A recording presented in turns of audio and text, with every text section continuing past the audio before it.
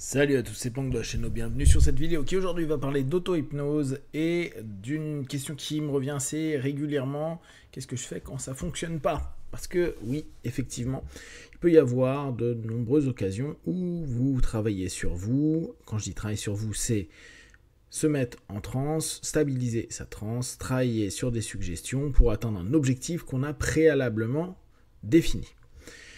Alors, la première chose, c'est que et ça c'est plutôt un feedback de praticien, on n'a pas défini correctement ce qu'était notre objectif. Ça peut paraître un peu absurde parce que souvent on va se dire mais attends, moi je veux arrêter de fumer, je veux perdre du poids, je veux reprendre une nouvelle habitude, je veux enlever une mauvaise habitude, je veux diminuer une douleur. Ça semble très clair dans de nombreux cas. Et pourtant, il y a parfois des éléments qui vont ressurgir quand on fait de la questionnosophie, quand on fait du questionnement sur la dite problématique.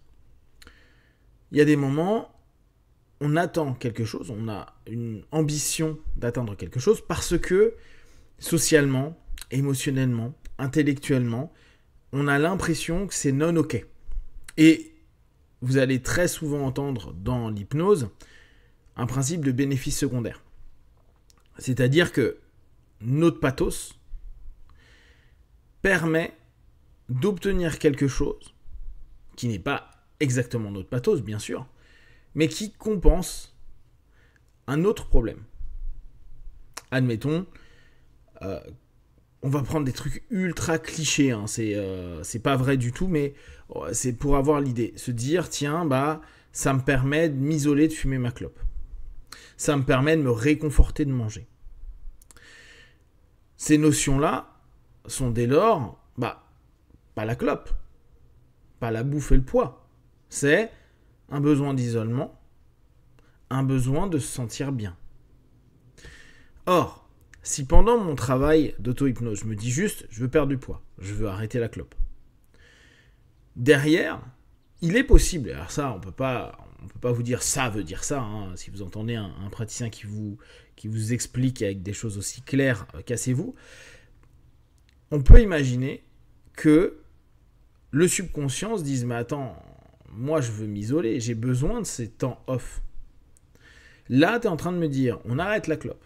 Clope qui ramène un moment de réflexion, de respiration, d'isolement, pour rien d'autre qu'un ensemble de critères qui sont la santé. Alors on pourrait se dire, ouais, mais la santé est bien plus importante que le fait de s'isoler, mais on n'est quand même pas ultra doué pour prendre en compte des éléments à X années. On aime bien projeter, mais on n'est pas très doué à ça. D'accord ? On se biaise énormément. Donc, en somme, imaginez qu'en vous, il y a une partie qui dit attends, l'ensemble des bénéfices que j'ai en fumant, je m'isole, on vient pas me saouler, là les non-fumeurs ne viennent pas me parler, mes boss ne viennent pas me parler au boulot, ma famille me laisse tranquille, tout le monde sait que quand je prends ma clope et mon café le matin, je suis bien, on me fout la paix, etc. Ou inversement, là c'est pas le cas sur l'exemple que je vous ai donné, mais ça peut créer des liens sociaux, ça me permet de... J'ai rencontré mes meilleurs potes quand j'avais 15 ans parce qu'on était en train de fumer ensemble, ou on s'est retrouvés dehors, etc. etc. Donc, il y a un programme, il y a un pattern, un automatisme qui s'est mis en place et qui dit, pourquoi tu voudrais que je fasse un effort qui, en plus, outre psychiquement parlant, demande un effort physique. Il y a des addictions, il y a quelque chose d'addictif. Et là, je vous laisse aller voir les podcasts qu'on a pu faire avec Katie ou tout simplement aller sur l'Instagram de Katie. On sait que ça va y avoir souffrance, mal-être, malaise, et en plus, c'est pas dit que je sois satisfait. Dans l'absolu, sur le papier, oui, j'ai arrêté de cloper, j'ai plus de respiration, j'ai repris le sport, etc. Donc ça semble ok, sauf que ton besoin premier, en tout cas celui auquel tu réponds depuis des années, c'est mais moi j'ai besoin de ces temps de off, j'ai besoin de me couper du monde, j'ai besoin de ceci, cela. Et ce besoin, il va plus être potentiellement nourri. Par contre, on va avoir un ensemble d'idées, d'envies, de désirs, qui sont peut-être pas forcément des besoins. Hein. Là, on pourrait faire un distinguo entre l'envie d'avoir une meilleure santé, Et même si derrière, on sait qu'il y a un besoin, et le besoin de se dire, non, mais ça, c'est vraiment ce qu'il y a de plus important. Et très souvent, on voit les personnes reprendre une clope. Pourquoi tu as repris une clope alors que tu as arrêté de fumer? Oh, je sais pas, je voulais tester. On se trouve des rationalisations à la con. Je voulais voir si ça marchait encore, si la séance était ok, si le travail que j'ai fait ou le travail avec l'hypno marchait un an après. J'avais envie, puis je sais que je pouvais arrêter quand je voulais. Et tout ça, c'est peut-être simplement une stratégie de nous-mêmes, là encore, hypothèse, hein, qui dit, ben non, moi j'ai envie de retrouver cet état ne tombe pas à la clope à ce moment-là, hein, mais d'isolement, de toutes les associations que j'ai fait derrière. Donc, on a très souvent échec parce que on n'est pas sur le bon canal. On n'est pas sur la bonne intention. Et bien sûr que oui, je sais que ça peut sembler complètement contre-intuitif. Dire, mais attends, j'ai X kilos en plus, je sais que ça fait du mal à mon corps me le dit à longueur de temps, ma psyché elle est pas heureuse parce que j'ai l'impression de ne pas être bien dans mon corps, et c'est pas qu'une impression, je suis mal. Entendre un gars comme moi vous dire, mais c'est peut-être pas ça, il y a peut-être autre chose derrière. Donc, on reprend cette notion de se remettre en confort, se rassurer, calmer une frustration. C'est hyper commun, hein, je vais manger parce que je suis frustré. Alors bien sûr, d'un côté, il y a, ouais, mais pour ma vie, il faut que je fasse très attention parce que là, j'arrive sur des obésités morbides ou des trucs comme ça. Ou même du surpoids j'ai eu un AVC, j'ai eu un début de quelque chose pas cool. Et de l'autre côté, il y a, ouais, mais j'ai besoin de réconfort, j'ai besoin de gérer mes frustrations. Or, la frustration, c'est quelque chose que je n'arrive pas à gérer. Bah, si vous baissez votre poids, si vous arrivez à faire plein de choses, hein, il y en a, ils font bien sûr avec des psychothérapies, avec l'hypnose ou même avec des sleeves, ok? Mais que derrière, je reste toujours frustré. Il se peut que ça fonctionne, hein, surtout quand on fait des sleeves ou autre, mais il risque d'y avoir une grosse compensation.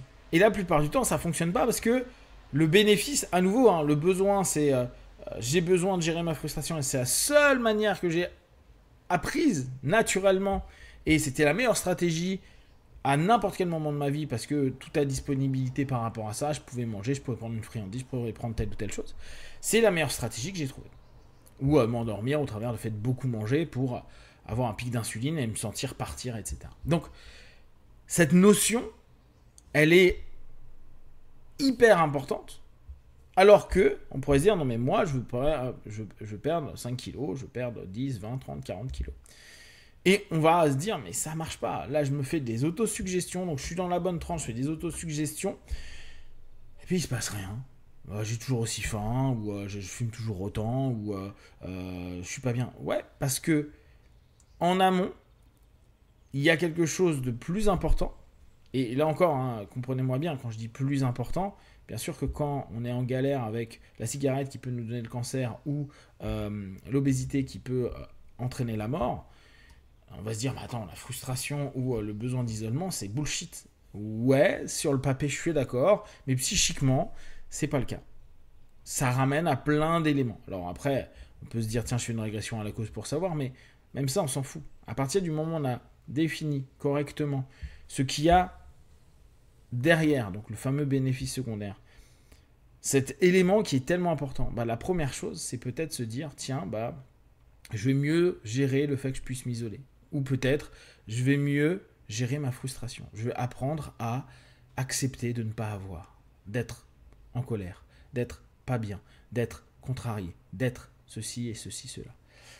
Et dès lors, et ça on l'a, je pense, tous vu en tant que praticien, en travaillant des choses qui n'ont rien à voir avec ce qui est pourtant l'envie et le désir, donc l'objectif de la personne a un retour sur sa problématique, ce qui le gêne, parce qu'on touche une problématique plus importante.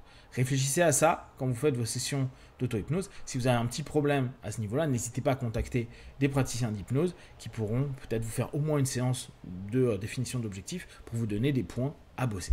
Si vous avez des questions et des remarques, n'hésitez pas à partager sur Facebook, YouTube, j'y répondrai le plus rapidement possible. Et comme d'habitude, de tout ce que je propose, ne prenez que ce qui est bon et juste pour vous tester, observer, analyser et conclure. Be one. Ciao.